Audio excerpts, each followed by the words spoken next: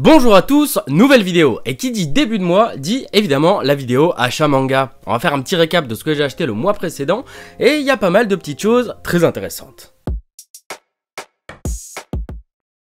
On va commencer sans plus attendre avec Le Roi des Chapeaux. Première œuvre réalisée par Tipiou en auto-édition. Tipiou, vous la connaissez si vous avez vu ma vidéo Les Héritiers d'Aguillon. J'ai pas encore pu prendre le temps de lire Le Roi des Chapeaux, mais comme elle était venue lors du festival des livres d'en haut à Lille, festival auquel j'ai participé pour aider mon libraire, j'ai pu me procurer son tome et j'ai eu une petite dédicace. J'ai pas encore pu prendre le temps de le lire, mais j'en ferai probablement un post Instagram. On poursuit toujours en auto-édition et toujours avec Tipiou, avec Ada, qui est un peu les prémices et un peu un essai des Héritiers d'Aguillon. Donc il y aura beaucoup de choses assez similaires et beaucoup de choses également différentes. Donc j'ai hâte de lire ça afin de trouver les quelques petites différences et vous faire un avis si en one shot ça fonctionnait ou si c'est bien mieux en série longue. J'ai également eu sur ce tome, vous vous en doutez, la chance d'avoir une dédicace. Donc je suis assez content et pareil, on en parlera sur Instagram, c'est important. On va poursuivre avec une œuvre que j'adore, Windbreaker. J'adore la baston, c'est très cool. J'en ai fait une vidéo assez longue, 40 minutes, sous format podcast avec un pote, Mathéo, où on a fait un podcast où il devait lire les 5 premiers tomes de Windbreaker et moi de Blue Walls. On a débattu et vous allez voir que Windbreaker j'aime beaucoup. Et vous allez voir que même si je suis d'accord avec certains points très négatifs, je les défends quand même. C'est peut-être que j'aime un peu trop Windbreaker, mais franchement je trouve ça cool, et si vous connaissez, n'hésitez pas à m'en parler en commentaire, que ce soit via l'animé ou via le manga aussi, tout simplement. Bon oui, j'ai pas lu Windbreaker, encore. Mais on enchaîne avec FreeQuest, donc manga français, nouveau manga français avec Renaud Lemaire au scénario. Et on peut retrouver Néo au dessin. Je suis assez curieux, donc vous pouvez le voir, je l'ai commencé. Je sais pas exactement ce que ça vaut pour l'instant, j'ai commencé à le lire, je trouve ça très chouette. Mais j'attends évidemment de finir le tome avant de me faire un réel avis dessus. Mais sur le premier chapitre, c'est très cool. Et bien évidemment, on en fera une vidéo YouTube. Mon père compose actuellement des musiques pour moi. Oui, en fait je me suis dit que c'était plus simple, plutôt que de rechercher à chaque fois des musiques, je lui ai dit j'ai besoin d'un truc dans ce genre là, il me le fait et il me l'envoie. Donc je suis content. YouTube devient un peu un travail de famille, donc c'est cool. Et puis voilà, FreeQuest, on en parlera, dans tous les cas vous inquiétez pas, il y a une vidéo manga français qui est écrite, que je dois tourner, il y a quelques plans d'introduction qui ont été tournés déjà, mais voilà, j'ai beaucoup d'idées, donc je travaille sur pas mal de petites choses, pour quand je sors des vidéos hors achat manga où c'est un peu du classique, pour vous faire vraiment du bon contenu avec un montage qui est bien plus travaillé et voilà, je trouve ça très cool. Hâte de vous montrer tout ça très bientôt. One Piece 108, on va pas débattre longtemps, je l'ai pas lu, j'ai pas lu le 107 non plus. Comme l'apparition de One Piece est assez lente au final, enfin ça va, c'est tous les 3 mois je crois, 3 ou 4 mois. En vrai ça va, c'est juste que j'ai la flemme de lire One Piece, il y a beaucoup de textes, et il y a énormément de choses à retenir. Je sais qu'on entre dans un arc final et très important, sachant que je lis beaucoup de choses, One Piece j'ai un peu plus de mal à retenir parce que je suis pas forcément à fond dedans, donc je préfère prendre mon temps pour lire One Piece tout simplement. Donc voilà, on verra bien quand je lirai. Peut-être que j'en ferai des stories Insta comme je fais de temps en temps, on verra bien. Ah, évidemment, je pouvais pas passer à côté, Spy Family, tome 13 Collector. C'est Spy Family, c'est Collector, j'achète. Même si ce qu'il y avait dedans, c'était pas forcément ouf, enfin les porte-clés, je m'en fous. Par contre, les petits marque-pages, je crois qu'ils sont là. Ouais, les petits marque-pages qu'il y avait dans le coffret, je vous mettrai une photo en plus grand. Je l'ai trouvé très cool, ça fait un peu effet photo, enfin bobine de photo. Je trouve ça vraiment chouette, ça marche super bien je trouve avec le manga. Donc voilà, je suis assez content, puis c'est Spy Family, vous savez que j'adore Spy Family, j'en ai parlé un nombre de fois incalculable. J'ai interviewé le directeur artistique de la VF de Spy Family, voilà, je pense que voilà, il y a même ma voix dans Spy Family, dans les ambiances. Donc jamais on pourra me reconnaître, mais je suis quand même dedans, je suis content. On va enchaîner. Ah, les 3 premiers tomes de The Bugle Call qui sont assez, surtout le premier, imposants, ils sont assez gros, c'est très cool. J'avais jamais été tenté de lire The Bugle Call, pour la simple et bonne raison que, bon je sais pas, les couvertures sont très classiques, et en fait je savais pas mais c'est du seinen, je lis peu de seinen, et je me suis dit allez vas-y pourquoi pas, let's go. On va se lancer dans cette petite aventure qu'est The Bugle Call, donc je n'avais pas encore eu l'occasion de les lire. Mais apparemment c'est vraiment très bien, et il y a pas mal de petites choses à dire, donc peut-être qu'exceptionnellement une vidéo YouTube arrivera sur The Bugle Call. Vous le savez, je parle de moins en moins de mangas japonais en vidéo, pour la simple et bonne raison que y en a tellement, ça devient compliqué de les sélectionner. Donc quand il y en aura, ce sera vraiment des coups de cœur, mais voilà, on met la priorité sur le manga français, les autres concepts que je suis en train de mettre en place, et du manga japonais, ça arrive de temps en temps quand j'ai envie de me faire kiffer. Dans tous les cas, si vous connaissez cette œuvre, dites-moi en commentaire si vraiment vous aimez ou si vous trouvez ça moyen ou banal. Ça m'intrigue parce que je les ai pas encore lus et j'ai des avis très positifs. Donc, est-ce que c'est vraiment tout le monde qui aime ou il y a quand même quelques petits défauts à cette œuvre? J'ai eu la chance de me procurer Kagurabachi en avant-première, puisque c'est un exemplaire presse et on voit que c'est prévu pour février 2025, donc j'ai un peu d'avance. Pas mal de petites choses à dire dessus, je vais pas le dire parce que l'œuvre n'est pas sortie, donc je veux pas spoil ceux qui vont attendre la sortie. J'en ferai probablement une vidéo, c'est possible, j'ai des petites choses à dire, à voir si je trouve la motivation, l'énergie et tout de faire une introduction que j'aime. Mais dans tous les cas, je pense qu'il y a moyen qu'on en parle parce que j'ai pas mal de petites choses à dire, notamment sur le style graphique, qui est particulier. Je sais pas comment le définir exactement, mais je pense que c'est une œuvre, en seinen, qui peut très bien fonctionner. Enfin, c'est dans la catégorie dark de Shikana, mais je pense que le manga peut très bien fonctionner et plaire à beaucoup de gens.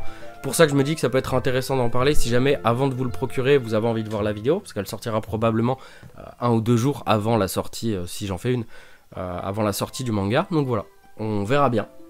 Mais dans tous les cas, je l'ai, je trouve ça assez sympathique. On poursuit avec le dernier tome de Myrtis. Et oui, c'était une série faite en 3 tomes. Alors je ne sais pas si de base Elsa Brands voulait faire 3 tomes, ou si, à cause d'un succès pas assez conséquent, ce qui arrive beaucoup dans le domaine du manga français, généralement c'est un contrat sur 3 tomes. Si le succès n'est pas assez présent, la série se finit en général au bout de 3 tomes. Et si ça fonctionne, ça peut aller plus loin. Mais est-ce que c'était une volonté de faire que 3 tomes? Je ne sais pas. J'espère en tout cas que pour elle c'était une volonté. Mais voilà, moi j'ai trouvé ça très cool, Myrtis. Franchement, je trouvais ça bien. J'ai fait également une vidéo dessus qui m'a beaucoup amusé à faire. Mais non, c'était un très bon manga français, très chouette. La lecture était très fluide. Après le dessin, c'est Elsa Brands, moi j'adore. C'est un dessin qui fait énormément de différences et ça nous fait vraiment sortir des classiques codes japonais. Je trouve ça vraiment cool. Et puis, enfin, c'est Elsa Brands, quoi. Elle est juste très forte pour faire un très bon humour. Parfois prévisible, parfois non. Et puis voilà, c'est des histoires légères, mais qui font aussi énormément de bien à lire, je trouve. Donc voilà, franchement, petite lecture réconfort du soir. Ça donne le sourire et tout, c'était cool avant de dormir. Franchement, Myrtis, moi, j'ai vraiment bien aimé. Ah bah oui, on peut pas s'empêcher de continuer évidemment la série qui a un peu bercé mon enfance. Et que je continue d'aimer, et donc que je continue d'acheter. Parce que oui, je les ai pas encore tous. Il y en a 22, il me semble, au total. Là, je suis à 12. J'ai regardé à côté, mais les derniers tomes achetés, ils sont là, quoi. Donc, il m'en reste 10. Donc, ça, c'est cool aussi. C'est que petit à petit, ça avance. Je pensais que j'allais prendre beaucoup plus de temps à les acheter, donc je suis content. Et là, c'est l'arc Poséidon. Donc, arc très cool de Senseiya que j'aime énormément. Et puis, ça fait énormément de bien, en vrai, de se replonger dedans. Je les lis vraiment à un rythme très approximatif. Mais ça fait du bien de revoir cette œuvre parce que je l'avais jamais vraiment lu. J'avais acheté beaucoup de tomes, les formats classiques du manga avant. Et en fait, j'avais jamais complété la collection. Et comme maintenant ils sont assez difficiles à trouver, d'autant plus que y a encore une nouvelle édition qui est sortie. Et je suis content d'ailleurs de m'être procuré celle-là et pas l'autre parce que la nouvelle édition sortie, apparemment il y a déjà eu des défauts de traduction. Donc il va falloir changer les premiers tomes. Et au final je pensais que ça allait être un grand format avec de la couleur. Et en fait non, c'est un format classique. Il y a un peu plus de pages, à 9,90 il me semble. Mais je préfère avoir un grand format, papier glacé et quelques illustrations couleur. Bon, il n'y a pas le chapitre bonus et les petites corrections, machin. Mais c'est pas grave, je préfère avoir l'œuvre originale en fait. Voilà. J'espère que l'information de ce que j'aime vous plaît. Et on termine avec un gros bazar, vraiment gros bazar, à 30 balles. Le mal au cul celui-là. Aussi bien à dépenser qu'à sortir de son trou du cul. Mais donc c'est Kojiro, la première œuvre de Masami Kurumada, justement, qui arrive enfin en France. Là, il y a eu un premier tirage avec une couverture alternative, évidemment. Qui dit couverture alternative dit couverture réversible, donc on peut changer, qui a été dessiné par Jérôme Alquier, il me semble. Absolument, qui est donc le dessinateur de Senseiya sous format BD. Donc très chouette d'avoir une couverture alternative. Pour l'instant, je laisse celle-là, mais je pense qu'au final, je mettrai l'original, parce que j'aime bien juste garder l'essence même de base des couvertures, quoi. Mais voilà, très content d'avoir ça parce que je vais enfin pouvoir découvrir. Puis pareil, dedans aussi il y a de la couleur. Comme là par exemple. Donc c'est con. Bon après oui, le dessin il est pas incroyable, hein. C'est Masami Kurumada, on sait à quoi on s'attend quand on achète ce genre d'œuvre. Il était déjà dépassé quand il a sorti Senseiya, son dessin était déjà vieux. Mais très content d'avoir ça et pouvoir un peu découvrir ce qu'il a fait avant. Voir s'il y a beaucoup de ressemblances entre les personnages justement de Kojiro et de Senseiya ou pas, ou tout ça. C'est plein de petites questions aussi que je me pose. Je travaille aussi sur une vidéo sur la vie de Masami Kurumada. Je sais pas quand ça sortira parce que c'est des vidéos qui demandent énormément de temps, de recherche. Et comme je travaille sur d'autres trucs, c'est plus quand j'ai pas envie de faire de montage ou quoi que ce soit, je me consacre vraiment à la recherche d'auteurs, à des nouveaux formats de vidéos. J'en ai plein écrit. À plein de choses, plein de concepts. Des concepts bien, est-ce que celui-là je dois le reprendre, est-ce que je les reprends pas. C'est un peu tout ce genre de choses dont je réfléchis. Ouais, je réfléchis beaucoup. Mais voilà, on a eu l'annonce aussi qu'Inoxtag allait sortir un manga. J'avais déjà cette info depuis 2 mois, je crois. Je le savais. Je savais pas exactement ce que ça allait donner. Il s'est avéré que le dessinateur, je le connais. On me l'a même pas dit. Mais du coup, je pense qu'on va se pencher sur Instinct, on en fera une vidéo consacrée, puisqu'il y a aussi Tony Valente qui a supervisé le projet. Le dessinateur, c'est quelqu'un que je suis depuis très longtemps, dont j'avais déjà parlé en plus sur cette chaîne. Donc évidemment, Instinct, on va devoir y passer, et j'espère avoir une très bonne surprise. Par le dessin, je sais que ce sera bon. Par le scénario, pour l'instant, il semble assez classique, mais si on travaille bien les choses, ça peut être très bien fait. Comme One Piece en soi, c'est des pirates. C'est la manière dont on aborde l'histoire et dont on la présente au lecteur qui fait que le manga est bon ou non. Et donc, Instinct, malgré que ce soit Inoxtag, j'ai rien contre Inoxtag, hein. Kaizen j'ai regardé, j'ai bien aimé. Voilà, vous pouvez me chier dessus en commentaire pour vos raisons, mais moi j'ai bien aimé. Beaucoup de messages cool qui ont été transmis, donc voilà, c'est tout. Je suis curieux de voir ce qu'il a envie de faire. Et voilà, on en parlera dans tous les cas, évidemment, en vidéo, vous vous en doutez. En tout cas, c'est la fin de cette vidéo. Voilà, j'ai assez parlé sur la fin, c'est bon. J'espère que tout se passe bien pour vous et que vous prenez soin de vous, c'est très important, et de votre famille. Les fêtes approchent à grands pas, c'est très cool. Moi, je profite aussi, là, ça fait du bien, je respire. Et je parle beaucoup.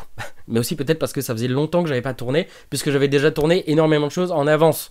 Donc là, j'ai un peu besoin de vider mon sac, j'ai l'impression. C'est bizarre. Mais dans tous les cas, je vous dis à très bientôt pour une prochaine vidéo. Prenez soin de vous, c'est très important.